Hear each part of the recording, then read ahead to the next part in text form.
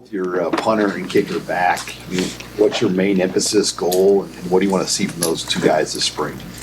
We're working on getting better. They were okay last year, and there's improvements to be made. I think they're both making strides in that area, specifically with Brian. We're working on field punts. So, I thought he did a nice job last year. If you look at us statistically, this proves out too. Going in the what we call the pooch punts, the pooch area, the directional stuff. We're working on it, but I thought he did a pretty good job with that last year. So, we're doing a lot of work. It's awesome to have our practice facility because we can kick with the wind, against the wind, and now we have that other field where we're kicking with crosswinds. So, that's always a factor with the winds in Nebraska. We've been getting them this spring. We got them all last year, so that's a factor in the big ball kicks for Brian. It's also a factor in the kicking part of it. So Tristan, is working on that as well. Tristan coming out of the season at 60%. That's not good enough for us to win more than 5 games probably. So we have to get that percentage up significantly, and he has shown that so far. He's having a good spring for us, and he's made some improvements in his technique, and he's stronger. So we're making improvements, but the theme is for both of those guys is to get better. We're also working with a new snapper. So Camden Watucky's been snapping as a new snapper, and they got they're getting used to him, not used to him, but they're just getting into the rhythm of working together. How's that Watucky? How's that picture look? I mean, you guys have not had any trouble in that area at all, right? Why? Why you got to say that? You're like my son. He's like, it's like a jinx. Yeah. Well, that's. There's been Marco set the trend last year, and Marco was a consummate pro. We were really fortunate to get him, and he's done really well out in the circuit and got himself invited to different combines, and a lot of NFL teams are looking at him right now. So for Camden to be able to work with him last year was really critical, and got a really not just a sense of how to snap the football, but also how to perfect the craft. I mean, Marco was working all the time. You guys understand, they're trying not just to get the ball to the holder, they're trying to get the ball to the holder so the holder can just take it and put it down and doesn't have to move the laces at all. So, I think Marco is as good a short snapper as I've worked with, and he was great with that. And he was meticulous about the details. And for Camden to see that was really cool. So, he had a good year experience behind Marco, and now he's got to step up and do it. How do you replicate that level of consistency? It's just we were talking about this today. We were talking about this today with Camden, where to try to get that level of consistency where the laces are perfect, and perfection is perfection. We're always striving for it, but we don't always get it. So sometimes, Amy, we're looking at 85 or 90% when it's all said and done. But you just got to go and rep. So today we were talking about. He's like, Coach, I shot that thing back the same way, and it was a half turn, meaning Brian had to turn the ball, and then the next time it was perfect. So he has to have a feel for the velocity of the snap, and counting the rotations of the ball coming back. It's that amount of detail. So he just has to he's working with making sure that velocity and how the ball feels coming out of his hand, is the same every time. He again, because he's worked under Marco, because he's that kind of kid, he said to me, in the last practice, he had put a couple of snaps inside and said, Coach, look at my feet. And, one of his feet was staggered. And it was I had to look at it real close, but it was 2 inches. But it's like a golf swing. It's the same thing over and over and over again with the perfect technique, the perfect hand motion, the feet placed the right way. And again, we're not just talking about snapping it so that he can catch it like Charlie Brown and Lucy, it's like when they used to catch it, or it's like that ball's got to be there and just put right down to give us the best chance to get it through. What kind of growth have you seen from Tristan 1 year in? Now is there more consistency in the routine that he goes through every time he kicks the ball? Yeah, there's a lot more. And it's a lot more things that we were able to work on together, coming through. And the resources here are great. So, we can send film, or I can talk to guys like Chris Brown or Brett Maher or Alex Henry. These are all guys that I have, I could talk to on a regular basis to kind of look at things and see if it's like a sounding board. And I've gotten to the point now, and this didn't happen to the degree that I wanted it to during the season, to be perfectly honest with you, where I know how he's lining up and exactly, what it looks like. Because, even though I worked with him last summer a little bit, as we got into the season, there were a number of things that we were working on technically, and it's like, he's 18 years old, so it's like you want to go in there and make wholesale changes to what he's done. And I was really trying to, to look at what we were doing and simplify it for him. But now we're way better on the same page in terms of exactly, and it's really regards to the setup on the ball and on how he's lining up. He's grown.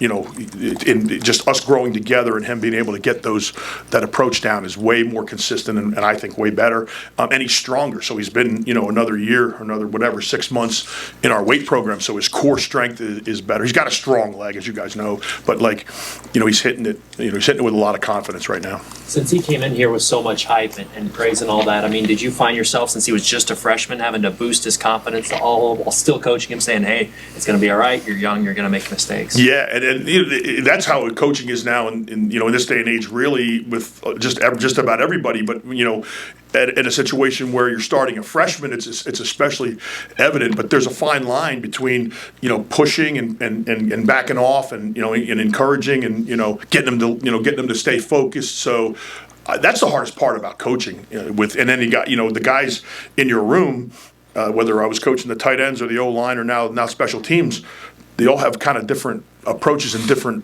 buttons to push or different ways to motivate them to get them to perform. So most of it was with Tristan and with the guys nowadays, there's not a lot of pushing them to become more intense. It's really the other part of it. They're so obsessive at times with their craft that and everything that they do is out in front of the whole world now. It's not like when we played, it was like you could make a mistake and nobody cared or nobody knew. Now it's like they put so much pressure with this social media identity that they have that they're putting a lot of pressure on themselves. I can't even imagine, if you think about Tristan, right? So he's 18 years old.